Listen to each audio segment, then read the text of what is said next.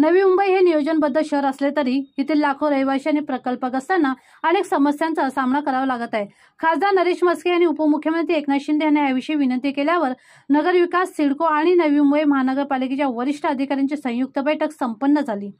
बैठकीत सर्वसमावेशक चर्चा होऊन सर्व प्रश्नांचे तातडीने निराकरण करण्याचे निर्देश सर्व संबंधित अधिकाऱ्यांना ह्या बैठकीत देण्यात आले। नवी मुंबई हे एक सुंदर आणि नियोजनबद्ध शहर असले तरी काही भागांमध्ये गेल्या अनेक वर्षापासून नागरी समस्या कायम आहेत। खासदार म्हणून निवडून आल्यानंतर हे प्रश्न प्राधान्याने सोडवण्याचे आश्वासन खासदार नरेश म्हस्के यांनी नवी मुंबईकरांना दिले होते। या आश्वासनाची पूर्तता करण्याच्या अनुषंगाने गुरुवारी सह्याद्री अतिथीगृह येथे आरोग्यमंत्री प्रकाश आंबेडकर यांच्या अध्यक्षतेखाली बैठकीचे आयोजन करण्यात आले होते। या बैठकीला नगर विकास खात्याचे मुख्य सचिव आसिम गुप्ता, नवी मुंबई महानगरपालिकेचे आयुक्त कैलास शिंदे, सिडकोचे संचालक गणेश देशमुख, संचालक दयानिधी राजा तसेच तिन्ही खात्यांचे वरिष्ठ अधिकारी उपस्थित होते। कंडोमिनियम अंतर्गत नवी मुंबई महानगरपालिकेच्या 70 भागांमध्ये येथे रहिवासी राहतात। सिडकोने बांधलेल्या कंडोमिनियम अंतर्गत येणाऱ्या गृहनिर्माण सोसायट्यांमध्ये राहणाऱ्या मध्यमवर्गीय आणि गरीब नागरिकांना मूलभूत सुविधा मिळत नव्हत्या। या भागांमध्ये रस्ते, पाणी पुरवठा, सांडपाणी निचरा, रस्त्यावरील दिवे अशा अनेक सुविधा वर्षानुवर्ष प्रलंबित आहेत। कारण या भागात जमिनी सिडकोच्या मालकीच्या असून महापालिकेने नागरी सुविधा देण्याचे काम 2011 पासून बंद केले आहे। सिडकोने ही घरे दिली पण महापालिकेने त्यांना आवश्यक सुविधा देणे बंद केले आहे। या वस्त्यांमध्ये कोणतीही नागरी कामे झाली नाहीत। या बैठकीत महापालिकेने मूलभूत नागरी सुविधा पुराव्यात, ड्रेनेज आणि पाणी पुरवठा यासंबंधीची कामे तातडीने सुरू करण्याचे आदेश मुख्य सचिव आसिम गुप्ता यांनी महापालिकेला दिले आहे। रस्त्यावरील पथदिवे, रस्ते आणि इतर सुविधांसाठीही शासन लवकरच मान्यता देण्यात येईल असे यावेळी सांगण्यात आले।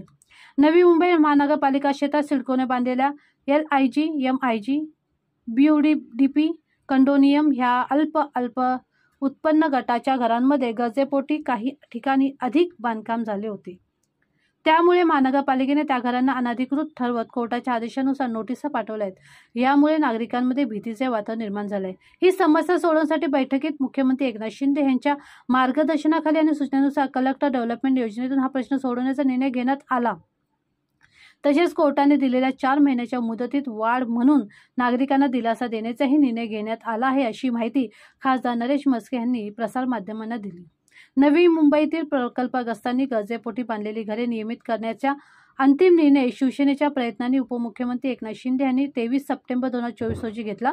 या संदर्भात सर्वेक्षणासंदर्भात सिडको अधिकारी आणि प्रकल्पग्रस्त यांना विश्वासात घेऊन सर्वे करावा असा निर्णयही बैठकीत घेण्यात आला।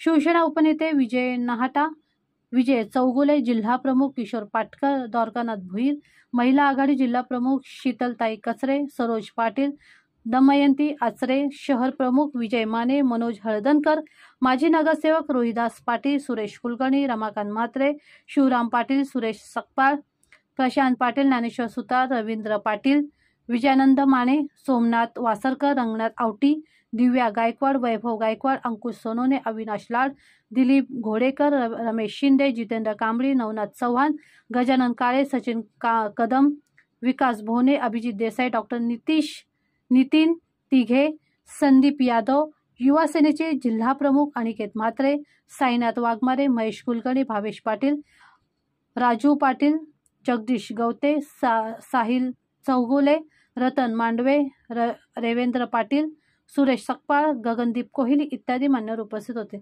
नवी मुंबईकरांचे प्रश्न मार्गी लागल्याबद्दल नगरसेवक खात्याचे मुख्य सचिव आसिम गुप्ता, नवी मुंबई महानगरपालिकेचे आयुक्त कैलास शिंदे, सिडकोचे संचालक गणेश देशमुख, संचालक दयानिधी राजा यांना पुष्पगुच्छ देऊन नवी मुंबईकरांच्या वतीने खासदार नरेश म्हस्के यांनी आभार मानले। ही बैठक म्हणजे नवी मुंबईच्या विकासाच्या दिशेने टाकलेले एक महत्त्वाचे पाऊल आहे। उपमुख्यमंत्री एकनाथ शिंदे यांच्या सक्रिय पुढाकारामुळे आणि आमच्या सातत्यपूर्ण पाठपुराव्यामुळे हा ऐतिहासिक निर्णय झाला। आता लवकरच नवी मुंबईच्या नागरी सुविधांमध्ये बदल दिसून येईल आणि नागरिकांना दिलासा मिळेल असा विश्वास खासदार नरेश म्हस्के यांनी यावेळी व्यक्त केला आहे। नवी मुंबई अंतर्गत अनेक प्रश्न प्रलंबित होते। सिडको, नवी मुंबई महानगरपालिका आणि MIDC